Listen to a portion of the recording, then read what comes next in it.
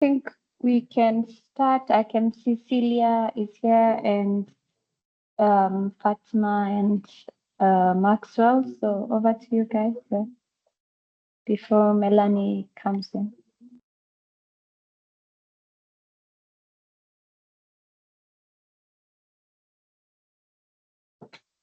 Good afternoon, everyone, and thank you all for joining. Today we have Melanin Capital, I think Melanin and Linda here, but before then, I know some of you are already aware of IYBA We4A, but for those that are not aware of it, IYBA We4A is investing in young businesses in Africa and women entrepreneurship for Africa, with our focus on supporting entrepreneurs in Africa, specifically eight African countries in the green sector. So we are in Senegal, we are in Cameroon, Togo, Malawi, Uganda, Kenya, Mozambique, and Tanzania. So these are the countries that we are focusing on, and you focus on women in the green sector. You provide them with training, access to finance, networking opportunities, and etc. And one of our core partners is Melanin Capital, which is with the access to finance component. So they would be presenting today. There are also further information on if you want to get to know more about their program and also more about IYBA We4A. We would put a lot of links in the chat, which you can follow their page for more information, and also you can also follow our page for more information on IYBA We4A. So I will now hand it over to Melanie.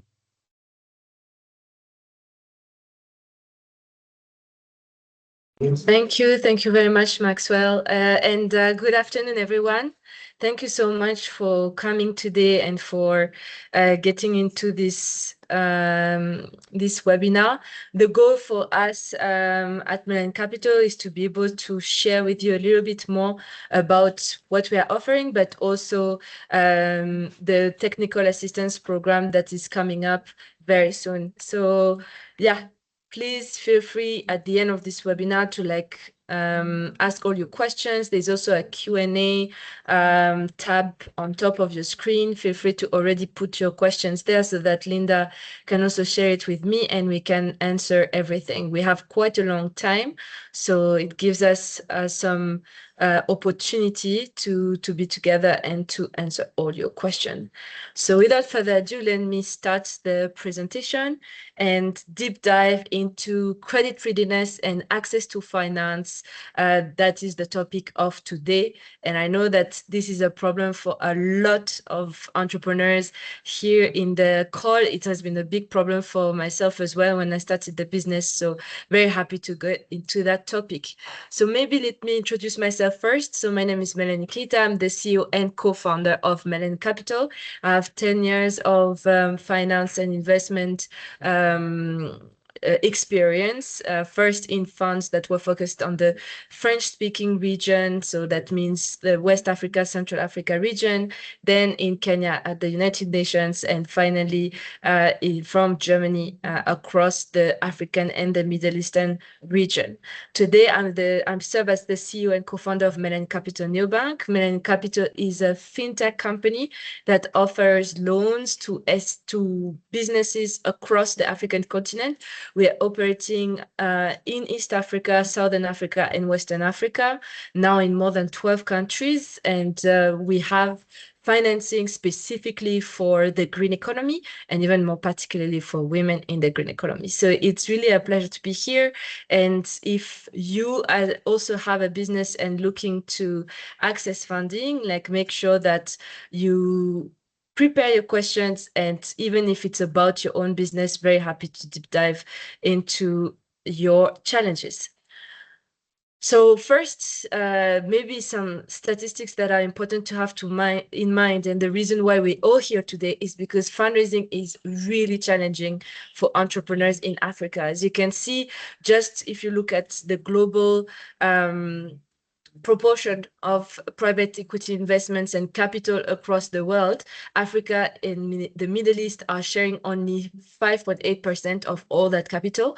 And that lack of availability explains why it's so difficult for us to access financing, being like private equity, but also bank financing, microfinance financing, and so on. And the main reason of that is basically risk, because as an investor or as a financial institution, what they want to look at is the likelihood of losing their money. So what is the probability that they will lose their money at some point? And they are trying to reduce as much as possible the risk. Why is it important for you to have this in mind? It's because every time you're going to pitch your business or that you're going to try to find a financial institution, try to think first how they will assess the risk around your business, how they will look at potential events that can affect your business, how they can look at what could disturb your revenue generation. And as small businesses, we are more vulnerable to basically those risks or those external events. Like think if you have like a small restaurant or a small eco hotel, like if there is a protest or if there is anything that changes in the law or in the regulation, it could affect your cash flows significantly, even from the tax perspective, like because your revenues are not yet the one of a corporate, any events can affect your revenue downwards, and that's what financial institutions are scared about. So they're going to look at a lot of external events that you are not in control of, like political unrest, climate disasters, the weather, and so on, if you're in agriculture, infrastructure issues, if they are like electrical power cuts, or even political corruption.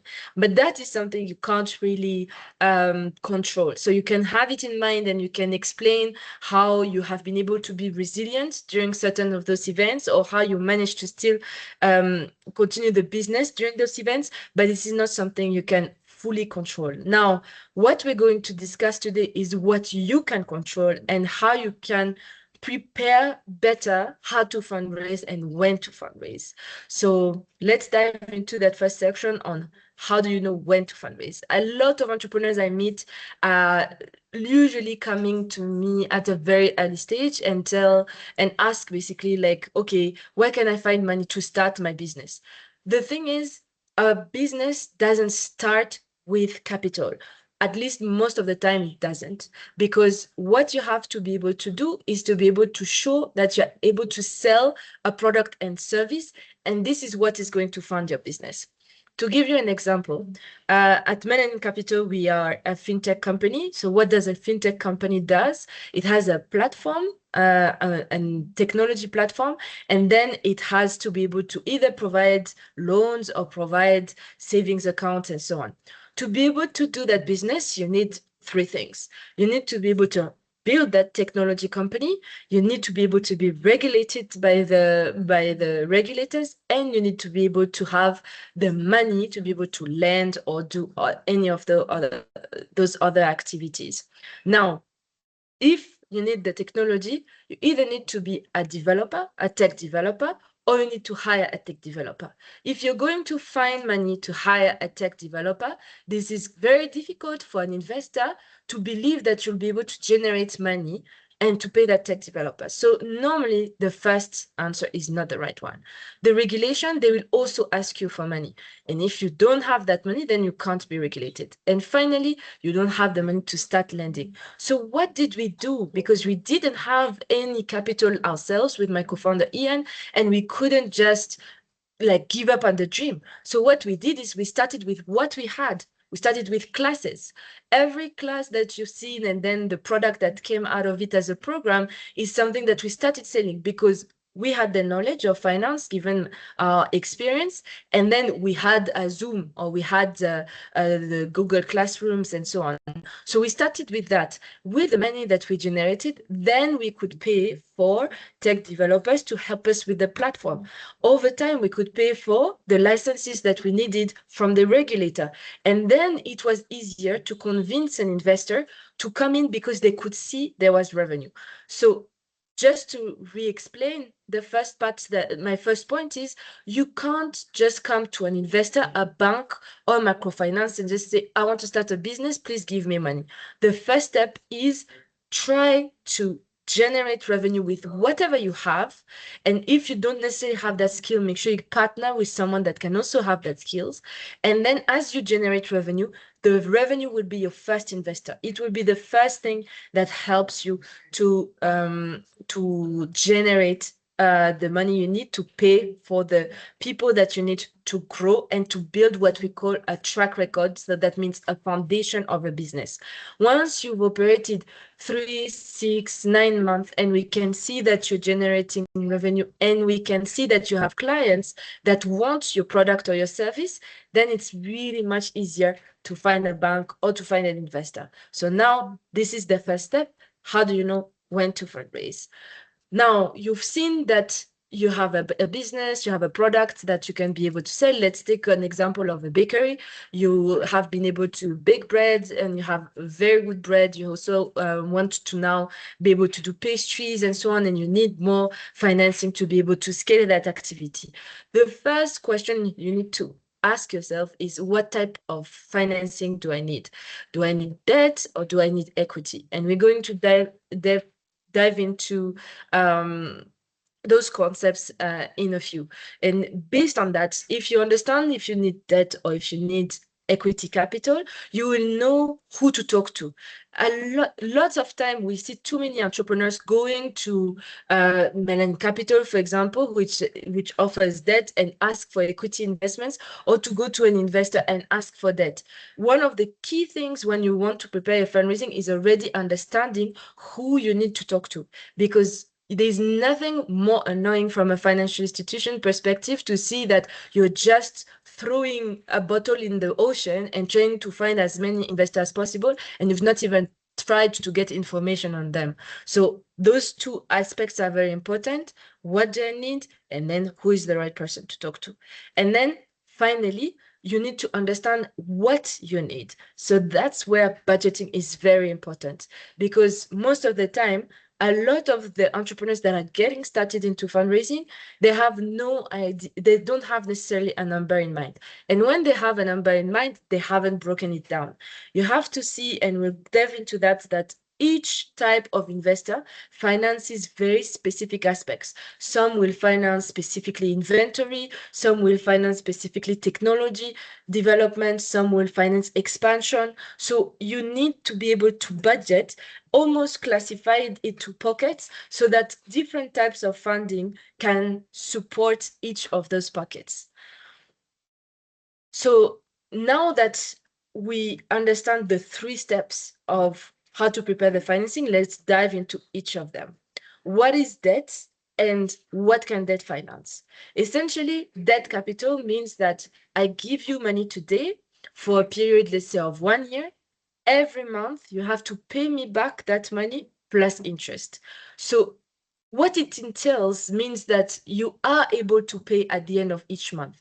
As a financial institution, I'm going to check that every month you're able to generate the revenue that I need to get my money back. So it does require you to already have a client. And it's very important that I mention that. Every time we've done a webinar across the We4A program, I've got this question of, can I get debt if I haven't started a business? In principle, no, you can't, because we need to be able to project the money that you'll be able to generate to pay us back. And that means that debt cannot finance everything. It can finance mostly working capital. So working capital meaning inventory most of the time, so that you can be able to fulfill your orders or to sell to your client.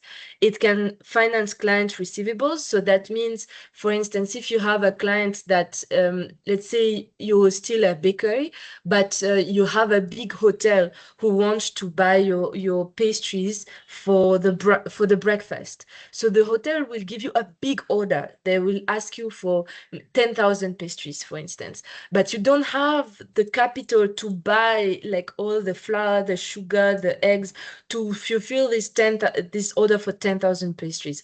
So what the bank will do, or what the debt financier will do, they will look at that order, at that what we call receivable, and then they'll give you the money because they know that you will be paid in 30 or in 60 days based on your invoice.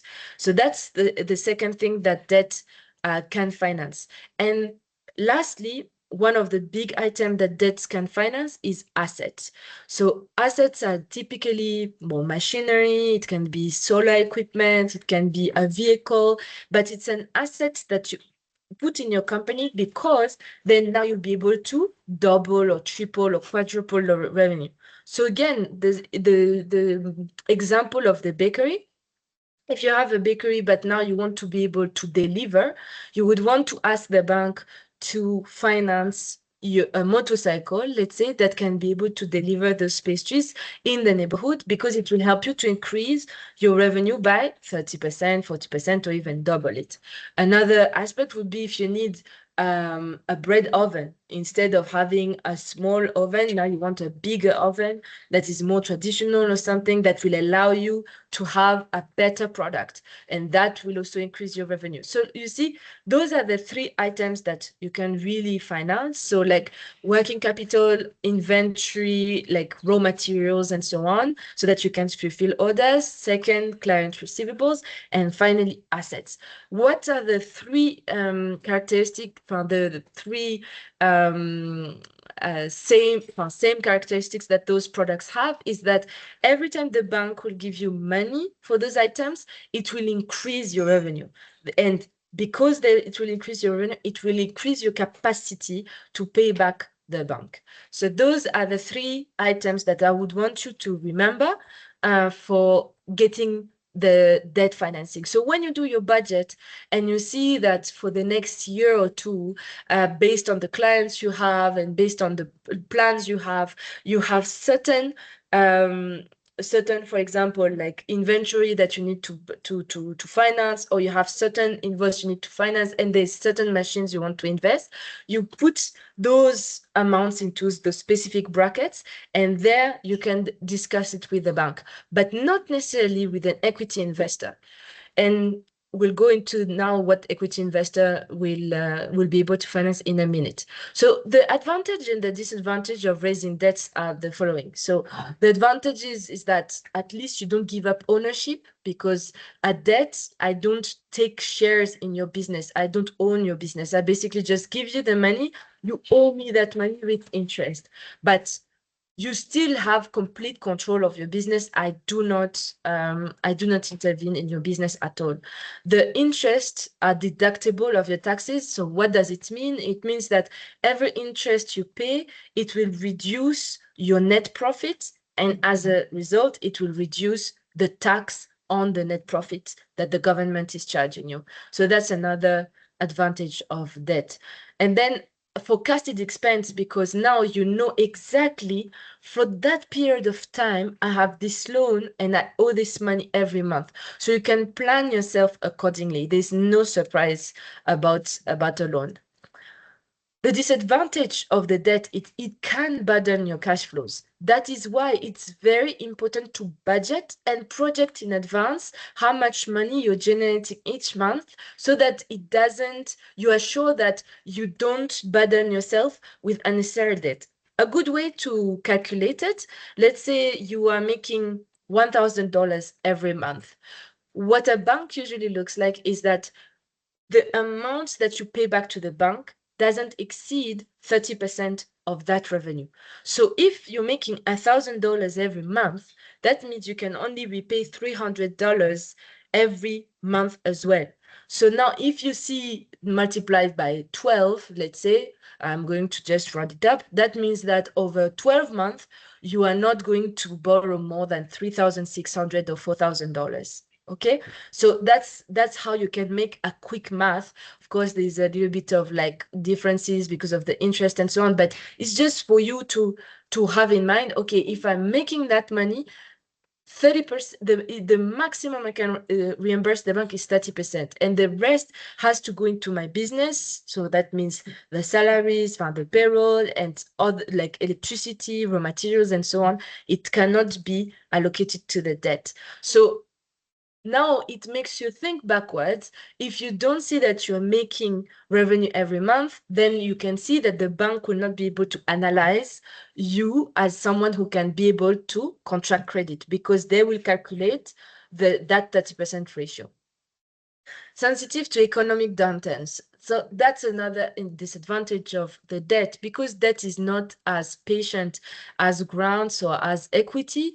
When let's say there is a big crisis, or when there is a big protest, for example, and you can't sell your bread or your pastries because all the shops are closed, or there's COVID-19 and then every shop is closed, then your debt is still being owed every month, but you cannot generate revenue. And that is why the banks are they're very averse to give to small businesses, because for a corporate, they have so many cash reserves that they can still pay the debt. But for small businesses, it's very hard for us to be able to just pay back when you're not making any money.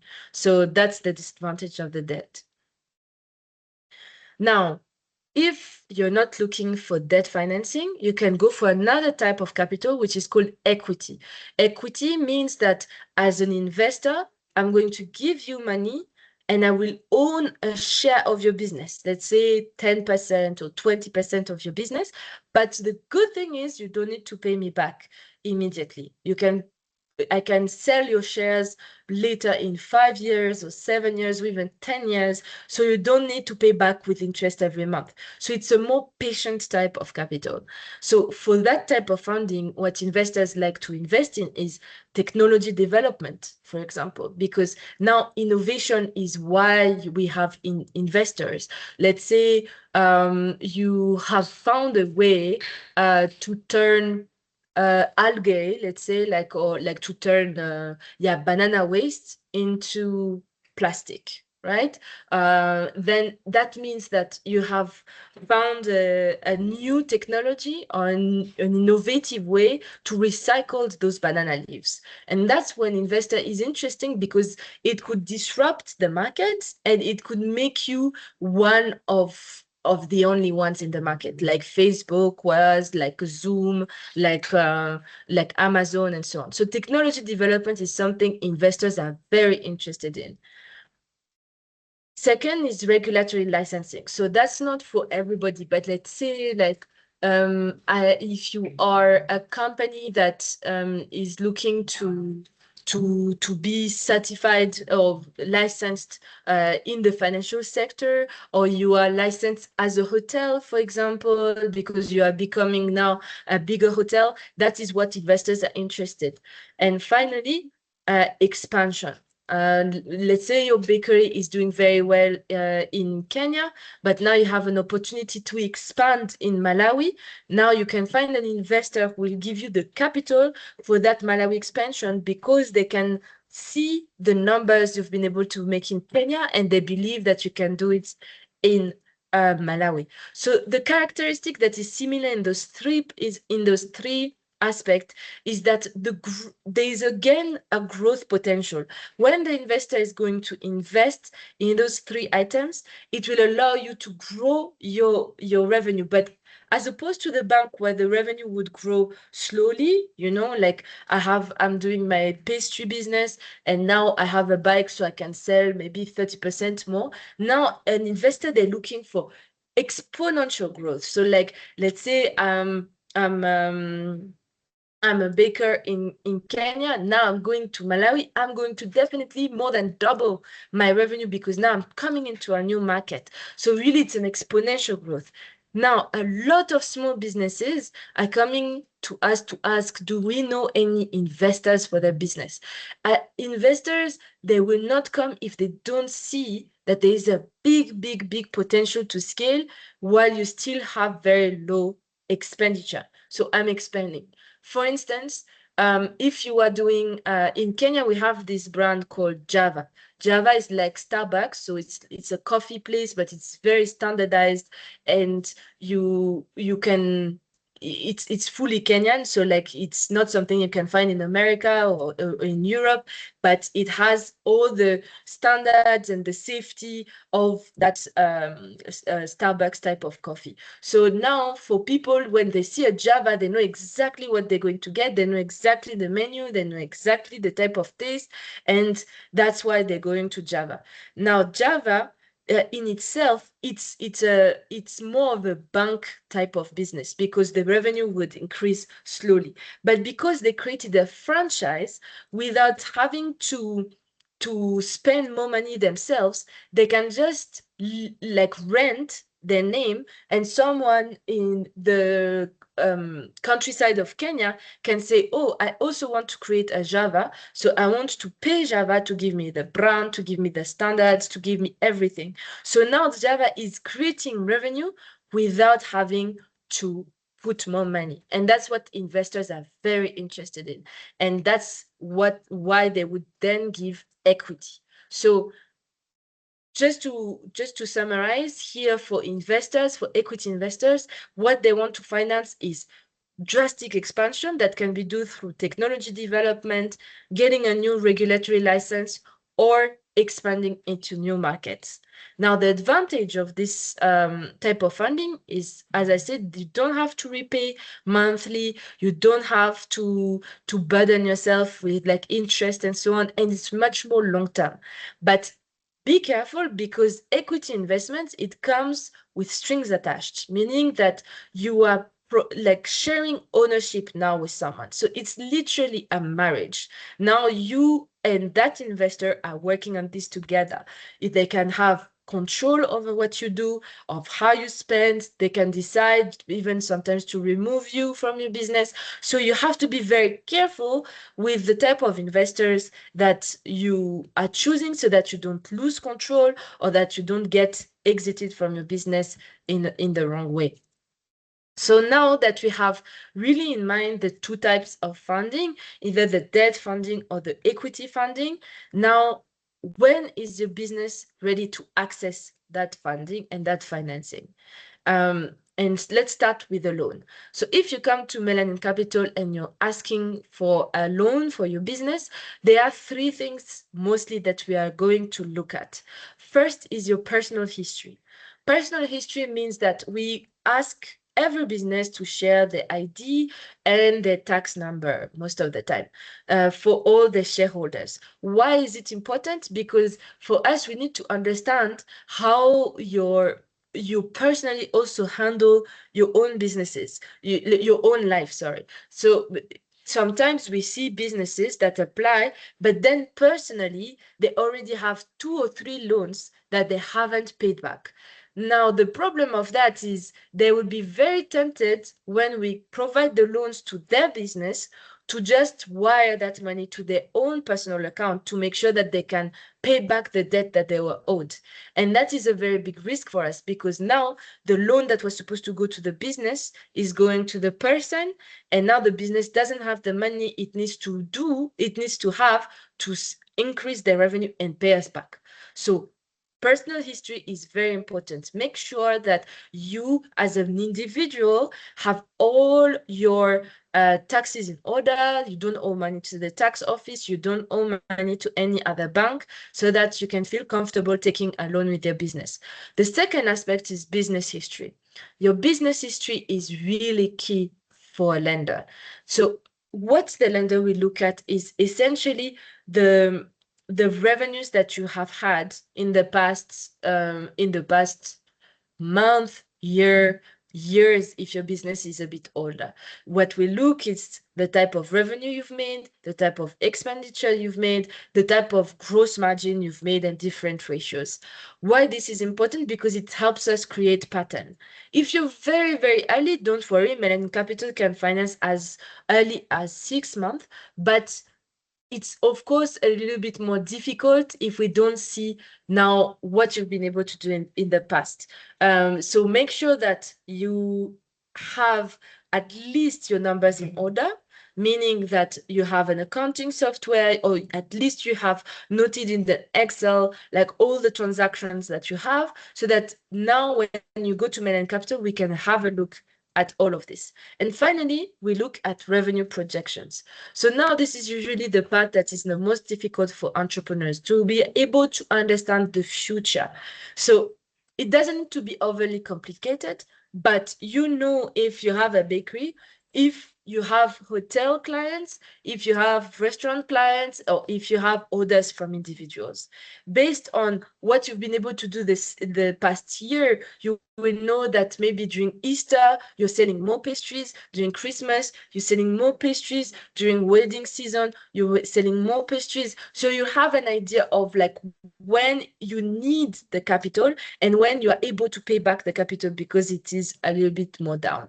So those numbers, it's not optional to have it in mind. I know that as founders, we're usually very focused on the day-to-day, but you need to be able to have in mind, you know, I am making on average every month $1,000, and on this $1,000 I'm making 20% margin, then 80% are my cost, and within my cost I pay payroll and I pay electricity. Just have a rough idea, so then when you talk to a banker or investor, he can see that you have all those numbers in mind and you're able to classify, budget, and prepare for your growth. And based on that, it's even the role of the banker to really advise you if what you need is more of a working capital loan to work on your raw materials and finance the raw materials you need for your products, or if you're going to work on your client receivables, meaning like more your purchase orders or the invoices you work with your client, or if what you need is a new machine that will help you produce more and scale your revenues.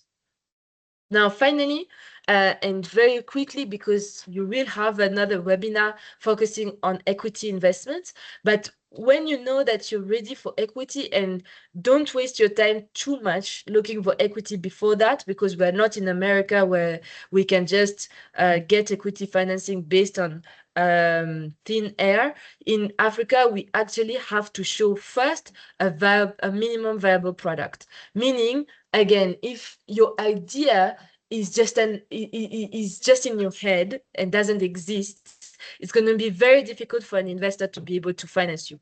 If you have a revolutionary idea of using banana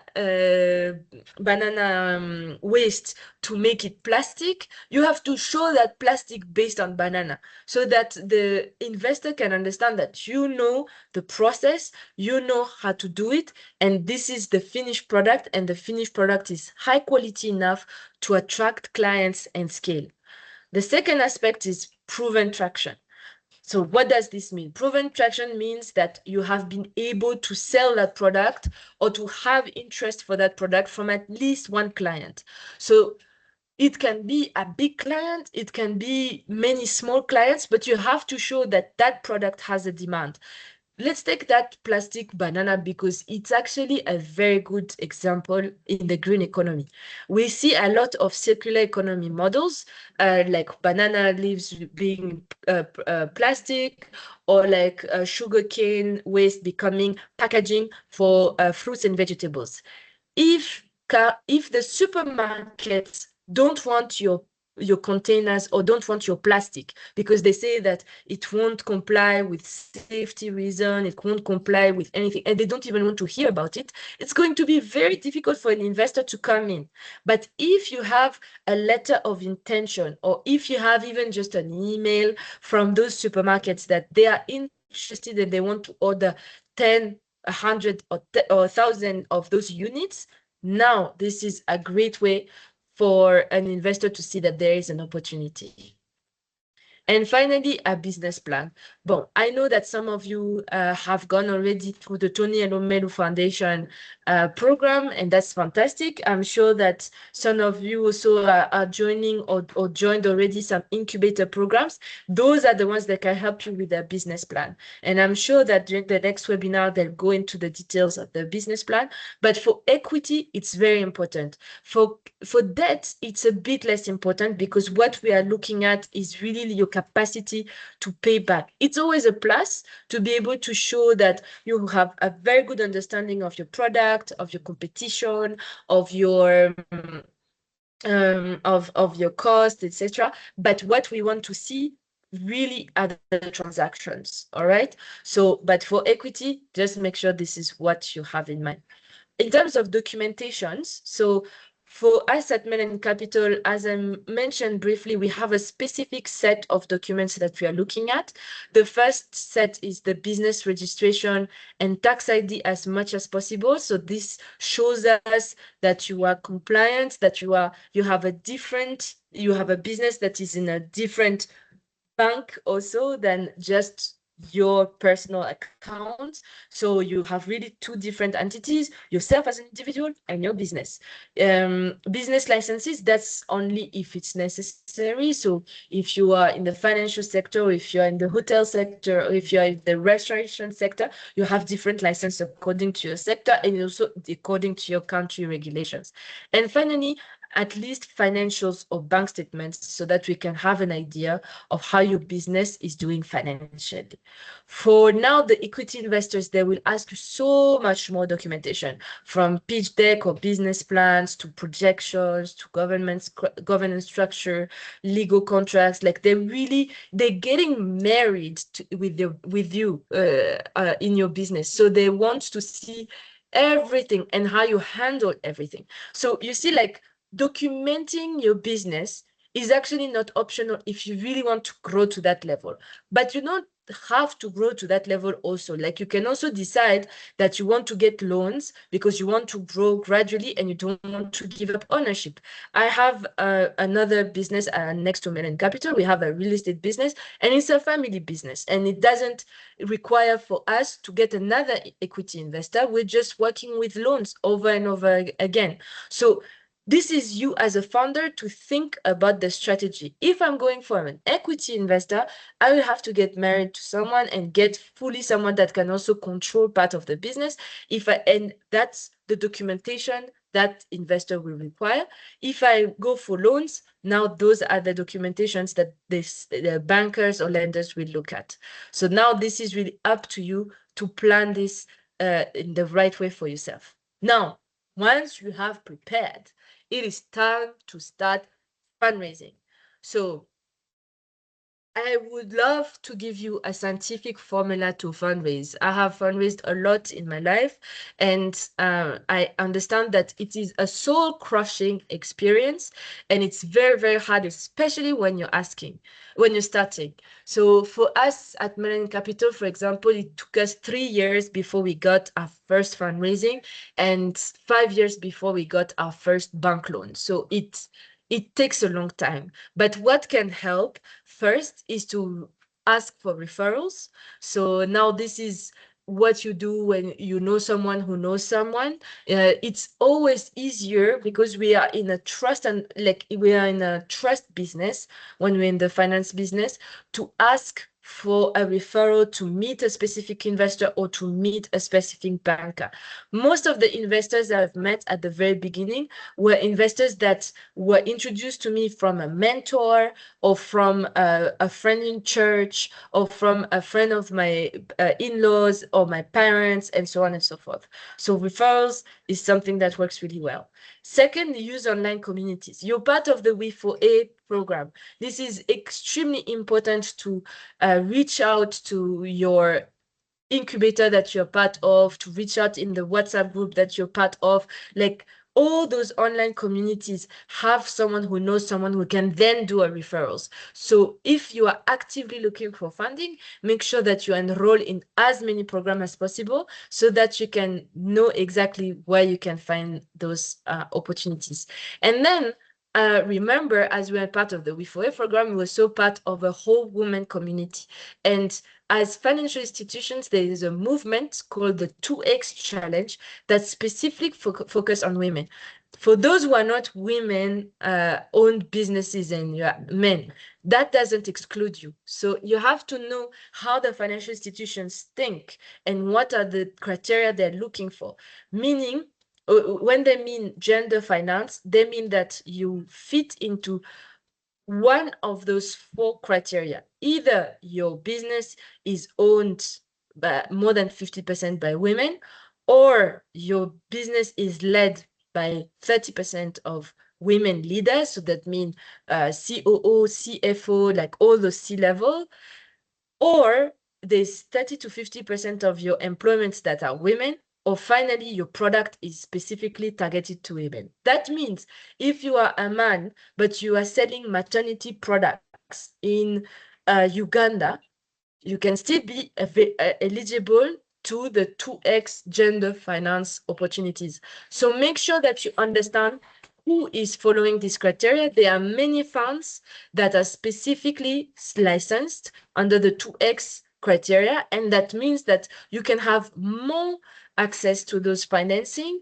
be it investors or be it banks. You can have better rates or you can have better prices. So it is very important for you to do that due diligence on your funders and to know, because there is like more than $50 billion every 3 to 4 years that are just allocated to those kind of women finance. Now we're coming to the end of our discussion, and I just want to thank you so much for listening until now, first of all, because it's already been a lot of monologue on my side, but I promise you I'll pass it on to questions. But before that, if you have enjoyed that presentation and you want to learn more about accessing loans financing particularly, we have a program that we start with a call for application in September and starts then in October, November, that is called Capital Fit. So how to get fit for capital and prepare your loan fundraising. And in this program, you'll be able to have an entire process that will help you to understand first, where do you stand in terms of access to capital. So you'll get a score, a capital fit score that can tell you how you can how fit you are, literally how you have prepared for your fundraising.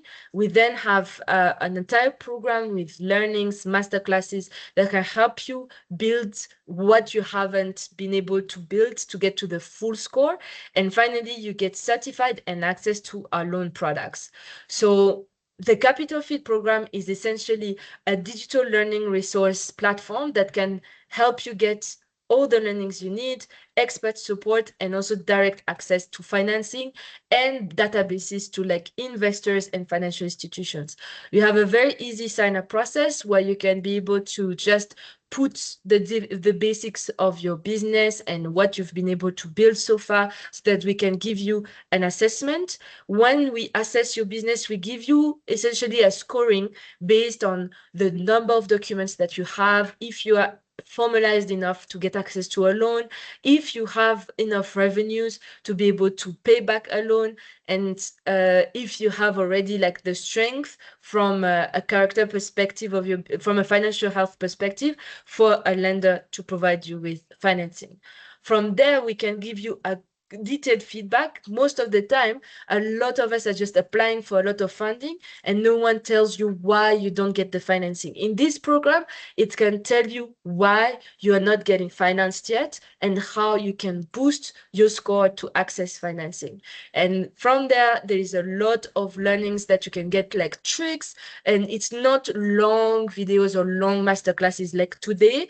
It's really like short ones of like 5 to 15 minutes, just for you to have the tips and tricks to just go faster in the fundraising. It's a 12-week program, and at every module you have checkpoints where you have to template, you have databases to help you with financing, and literally with the We4A program is provided for you for free.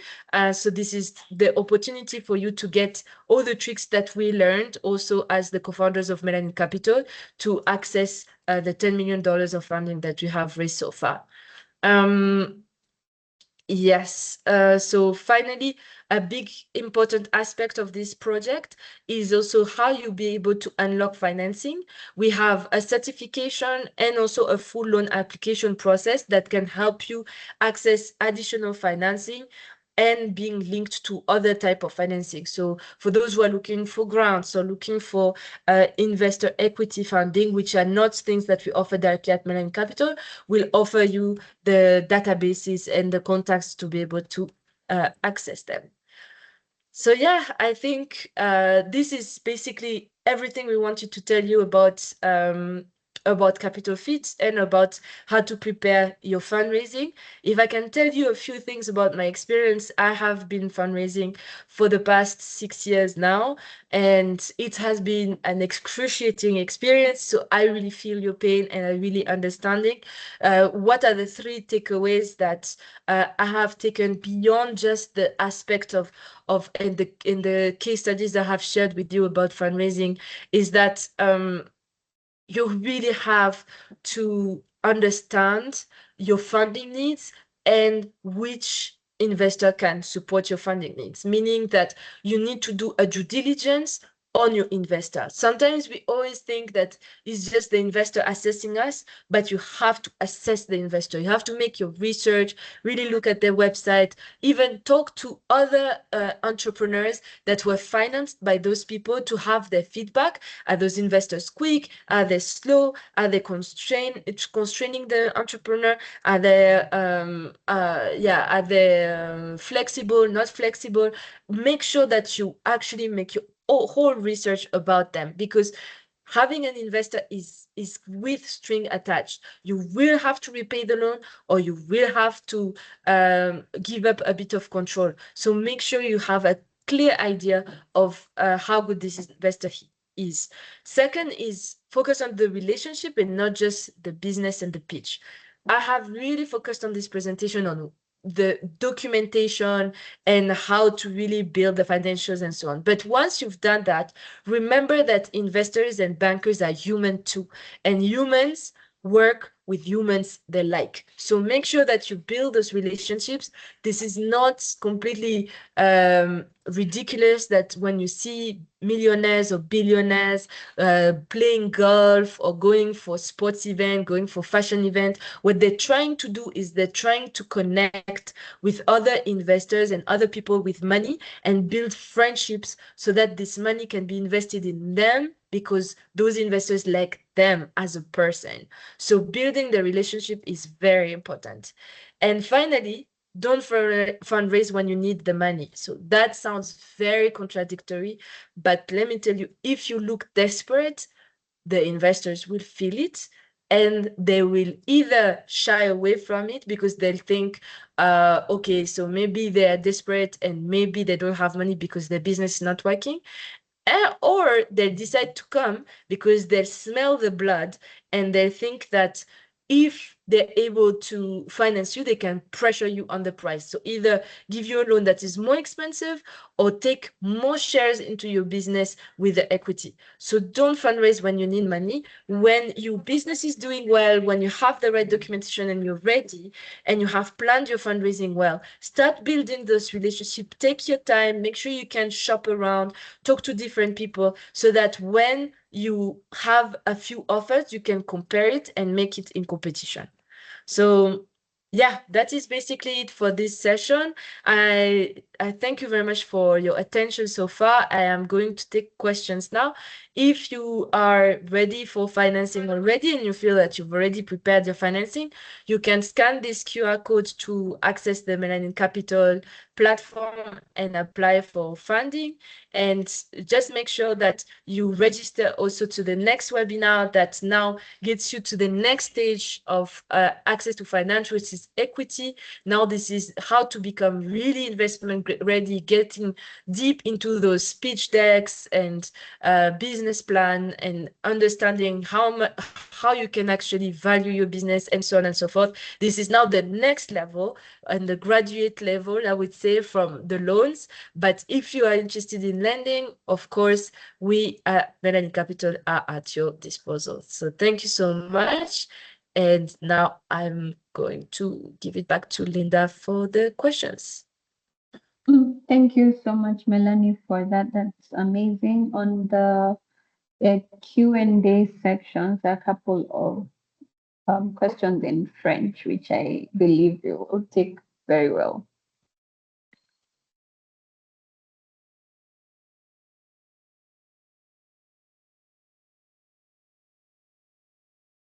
I can see Charity has a question. I think I have allowed you to, yes, go for it, Charity.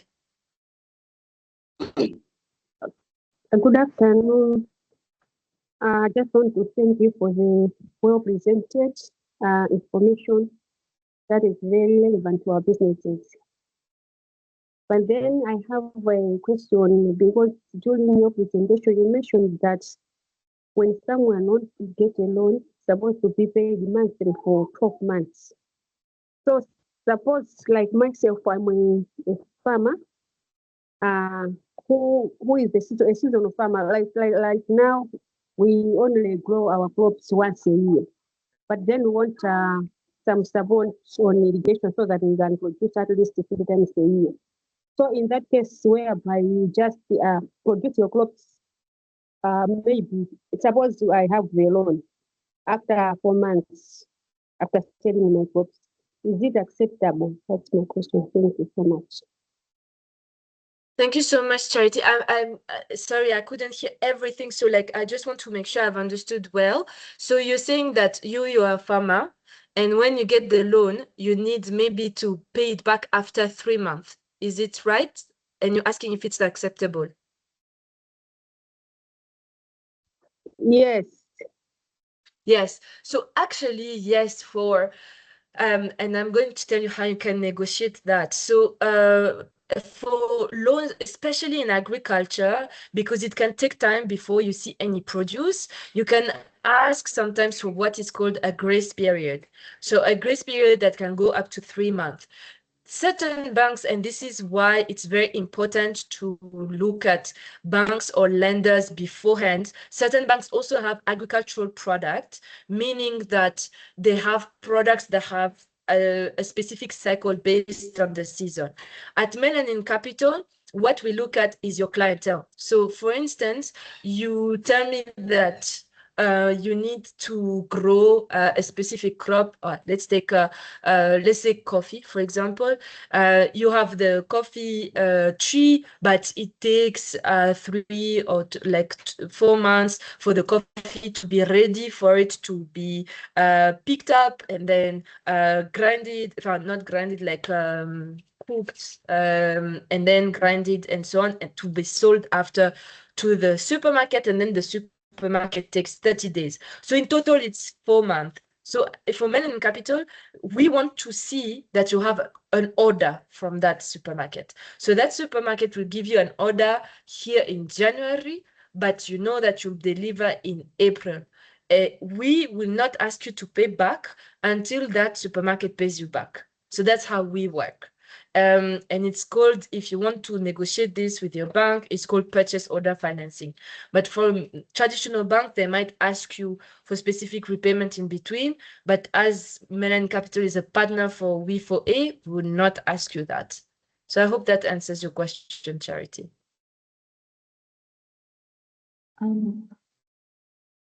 Melanie, we have 2 more questions. I've put them in the chat box just for you to Yes. So thank you very much. So Emmanuel, you're asking if there is an advantage to go for revenue share versus debt financing and other financiers who focus on revenue share.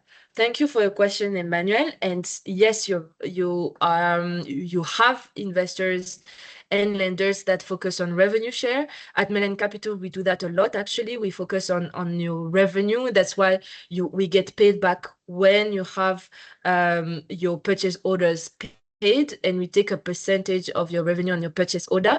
There are other investors, and I'm going to write it in your comments. Another investor is called Uncapped, and another one is called Untapped.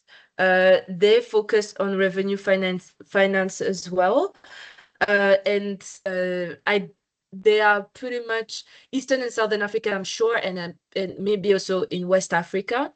Another one would be going to Islamic finance. So Islamic finance is financing that is compliant with the Sharia, so with the Muslim religion.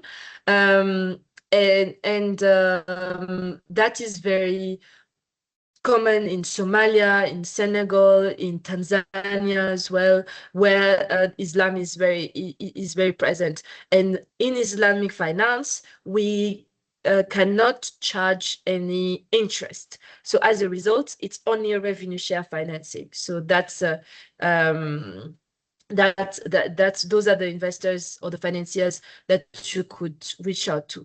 The advantage of the revenue share versus the debt financing is that if you're not making revenue, you're not paying your loan. So it's like having the advantage of a loan, meaning that you don't give ownership, you don't give up control and so on, but you have almost the advantage of the equity because you're only paying back if you're making money. If you're not making money, you don't pay back the bank. If you're making money, you're paying back the bank. So that's now the big advantage of revenue share. Not a lot of financiers are doing it, but I've put some of those that are very active in that space. I can see also the question of Dr. Dr. Acue. Je vais parler I'm going to speak in French for that because it was in French. Je vais du coup parler en français pour Dr. Acue. Donc vous dites, bonsoir cher organisateur, merci pour l'opportunité. Moi je dirige un cabinet spécialisé dans l'accompagnement des filières animales. Nous voulons lancer un projet pour l'amélioration et la compétitivité de l'élevage au Togo. Nous proposons à IYBA Togo soit notre partenaire financier. Nous avons des partenaires techniques, notamment pour la FAO et le MAPRASA. Alors, le fait est que pour ce genre de business, ce qui est vraiment très important, c'est de pouvoir comprendre quel est le service dont vous avez besoin d'être financé. Donc, si l'idée, c'est d'augmenter la productivité de l'élevage. Disons que nous, on le fait, par exemple, au Kenya. Donc, la productivité de l'élevage s'augmente de quelle façon? Soit on finance des meilleurs intrants nutritionnels. Ça veut dire qu'au lieu de faire de la nourriture, disons, au maïs, on va partir sur des forages, du silage, de l'ensilage, etc. Donc, c'est avoir des meilleurs intrants nutritionnels. La deuxième chose, c'est d'avoir de la génétique qui permet d'avoir soit des vaches femelles, soit du sperme sexté. Donc, on a toujours des vaches femelles pour faire du lait, ou alors on a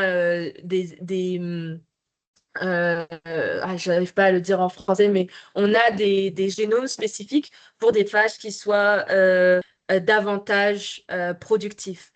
Dans ces cas-là, nous, ce que l'on fait, c'est qu'on peut financer ces intrants plus productifs à l'aide de prêts et en travaillant avec les fournisseurs de ce genre d'intrants. Donc, les fournisseurs de nourriture plus productive et les fournisseurs de génomes et aussi parfois les fournisseurs de vaccins pour que ça permette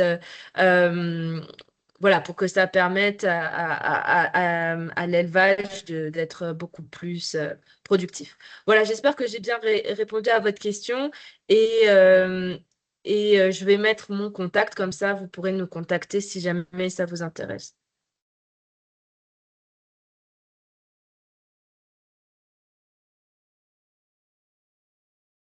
Alors, I can see... Sorry. Okay. No, the last question is from Shirley. She's asking what is the minimum amount of debt you can give for a business that has operated for 6 months. Thank you, Linda. So, and thank you, Shirley, for your question. So, the minimum amount of debts that we can give is $5,000. So I don't know how much it would be in your currency because I don't know where you're located, but yeah, we start at $5,000 and then we can grow over time.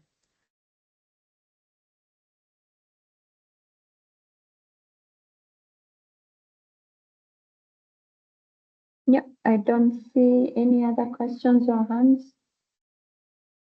Thank you so much, Melanie, for making time and answering the questions. I'll give this back to Celia or Jester just before Maxwell can close.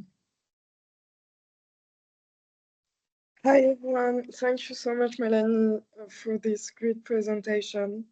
I hope everyone can subscribe to Melanie Capital platform. So you will have a link in our knowledge hub to directly be connected to the platform of Melanie Capital.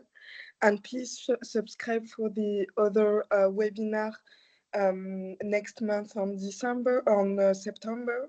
So we will see Melanie gave a great introduction of equity, access to equity. So we will get you through all the steps to evaluate your startup, to know your stage, to know the right investors, to understand how you value your startup in African lands. And for that, we will the webinar will be handled by Anna Traoré from YNP and Iram from Goodwell. So we have 3 finance partners, INP, Goodwell, and Melanie Capital. So we will, on va boucler la boucle. I'm sorry, I don't know how to say it in English, but so you will be presented to all our finance partners. So thank you so much, Melanie. Thank you, Linda, for this great presentation and the chance that you give for our We4A entrepreneurs. Please subscribe to our knowledge hub to be updated on what's going on with the finance partner, on new knowledge products, on new activities with We4A entrepreneurs. So you just can scan the QR code and join the knowledge hub, and I will hand it over to Maxwell for the last word before we leave the webinar. Yeah, sorry. Thank you, Celia. Before we go to Maxwell, I'm seeing a couple of more questions on the chat, Maxwell. You could just give me a few more minutes so that Melanie can answer. Melanie, there's 3 questions. The first one is, what is the payback period if one takes the debt of $1,000? The other one is, if I want a loan to buy a solar dryer and grinding machine, which type of loan should I apply at Melanin Capital? Then the last one is, what is the interest rate? Sorry, there are others, but yeah, maybe you can answer those first, then we can go. Sure, no problem. Let me answer that quickly. And thank you so much, Celia, for the kind words and for closing on the next webinars I've put for everyone, the QR code so that you can register. So in the meantime, what's the payback period if one takes a debt of $1,000? So that will really depend on your business. Our loans are usually between 6 and 18 months maximum. So that we don't go beyond that. So like now, based on what you need, and again, it's we've discussed a lot that Melanin Capital is doing based on purchase orders or based on invoices. So if you are paid by your clients in 30 days or in 60 days, then your payback period could be 60 days.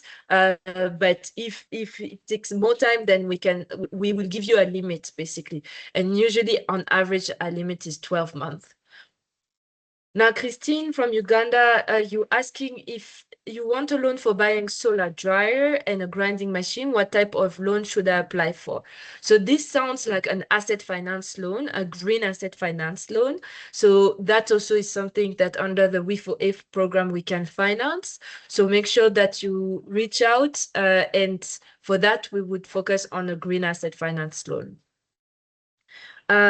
Shirley, you were asking what's the interest rate on the loan. Under the We4A program, the maximum interest rate is 10% per year on the local currency, on your local currency.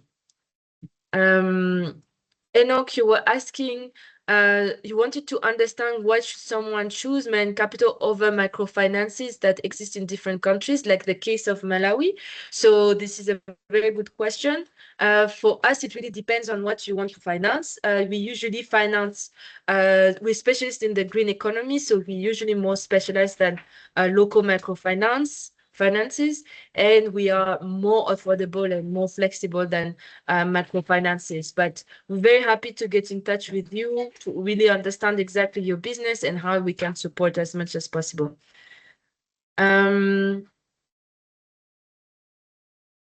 Basuta, you were asking that if you want to open a daycare center, which type of loan is suitable for you? So remember, we've discussed during that webinar that if you are starting off a business, loans are certainly not the right instrument or the right funding for you, because a banker or even Mellon Capital, what they look at is they will look at your capacity of generating revenue. So if you want to open a daycare center, the best is either find an equity investor or a grant to start with. If you are not able to do any revenues at the beginning. So maybe as a daycare center, the first thing that you can do is providing the care in people's home to start with, so that you don't have to pay for the infrastructure.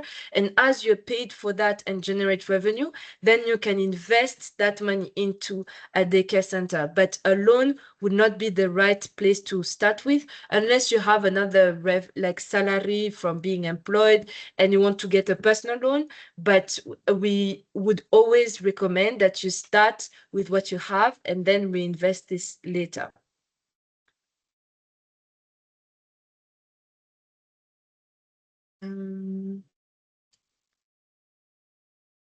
So Damaris, as I mentioned, since the loan is 10% per year, it's less than 1% per month on a monthly basis. It would be like 0.8 or something like that. For House of Sustainable Finance, we'll definitely reach out. Very happy to do so. Leah, you were asking that you were saying that you were into the energy sector and you tried to register via the website, but you couldn't go to step 2 because the message was popping that the business can't be registered. What you can do, I saw that Linda has put the email, so just get in touch with us. We're going to help you finalize the application.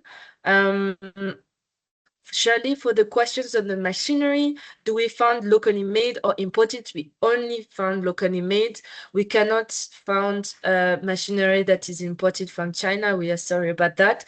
But because it takes usually 6 months for coming for China and our loans are 6 to 12 months, it will be too short. However, Goodwell and INP, who are the other partners of the program and will be presenting the offers during the next webinar, which I have put on the screen, then those funders, they can do machinery and industrialization. Christine, you're asking how long it takes for your application to be verified. So it can usually take up to 4 weeks for us to do the full process. So bear with us. But the good thing is once we have approved, we can revolve the financing to you as much as possible without having to do another verification. And finally, for Mimi, it's in French. Donc Mimi, je vois que vous êtes un projet de production de manioc et de transformation au Cameroun. Vous avez commencé il y a quelques années et vous avez 1000 hectares de surface, 80 hectares nettoyés dans l'attente de production. Vous cherchez des financements pour avancer dans l'ensemble de production, de transformation. Alors, je comprends très bien. Et ça, d'ailleurs, c'est un très bon sujet pour IEP qui va faire la présentation pendant le prochain webinaire sur l'equity. Nous ne sommes pas vraiment les meilleurs financeurs quand il s'agit d'industrialisation parce que nous faisons surtout des financements de trésorerie, donc tout ce qui est affacturage et financement de bons de commande. Donc, si vous avez besoin, si vous avez des clients, des supermarchés qui vous achètent votre manioc transformé, on peut financer votre stock et vos matières premières. Mais pour l'industrialisation, il faudra demander à IEP.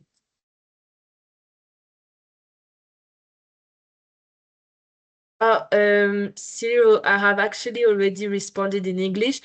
I was just responding in French to Mimi, who was asking in French. For the English, for those who are having problems in getting into the second stage of the app, Linda has already put in the chat the email. She has put it back so that our tech team can support you with the issue. And bear with us, we will manage to go together to the finish line.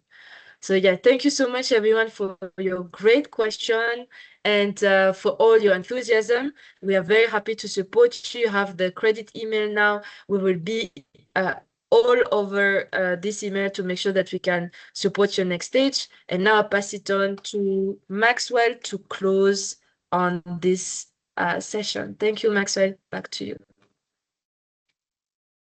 Thank you, Melanie. I think already Celia did the closing. So I once again want to thank you very much. It was very insightful. Myself, I learned a lot from it, and I hope when I leave GIZ and I want to set up my business, I can pick some ideas from it. Thank you very much, and thank you all for joining this webinar, and we look forward to the upcoming webinar. Kindly follow our LinkedIn page, follow Melanin page, and also follow our IYBA We4A page for more information on the various products that we have. Thank you very much once again.